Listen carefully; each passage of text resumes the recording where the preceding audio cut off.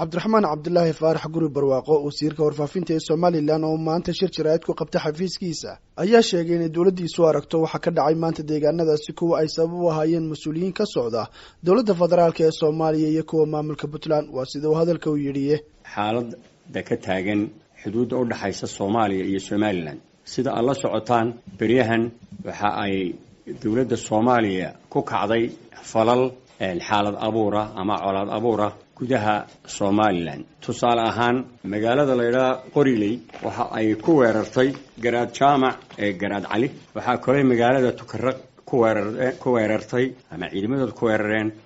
garaad jaamac garaad ismaaciil waxaa kale oo wasiirka qorshaynta soomaaliya iyo wasiirka amniga ee puntland ayaga oo ciidan wata tageen oo si sharci darraa ku tageen magaalada badhan iyo magaalada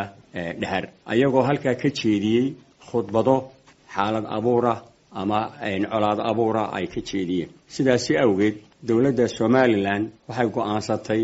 in aanay u dulqaadan mar dambe xaaladaha caynkaasa intii shirka jaraa'id uu ku jiray wasiirku waxa uu sheegay in iyaga ka go-antay xasiloonida iyo deganaanshaha deegaanka iyo guud ahaan madaqadu waxa ay kale oo ku wargelinaysaa dowladda soomaaliya in ay ilaaliso kana waantoodo faragelinaha iyo dhaqdhaqaaqyada ay ka wado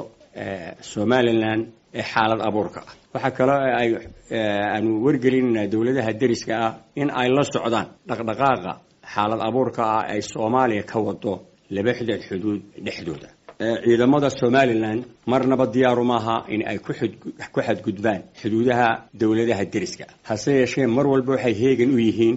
in ay qarankooda ilaashadaan mana dhici doonto in dib dambe safaraha loogala laabto wasiirka oo la weydiiyey in ciidamada somalilan qaadeen weerarka islamarkaana ay ciidamada puntland ee deegaankaasi ku sugnaa ku bilaabeen waxa uu ku jawaabay ciidanka somalilan xuduudiisa ayuu ku sugan yahay waxaanu fadhigiisu yahay magaalada la yidhaha tukaraq sidaa daraaddeed waxaanu caddaynaynaa marnaba inaanay ciidamada somalilan u tallaabin xuduudda soomaaliya hase haatee wasiirku kama hadal wax khasaara oo ka dhashay dagaalkaasi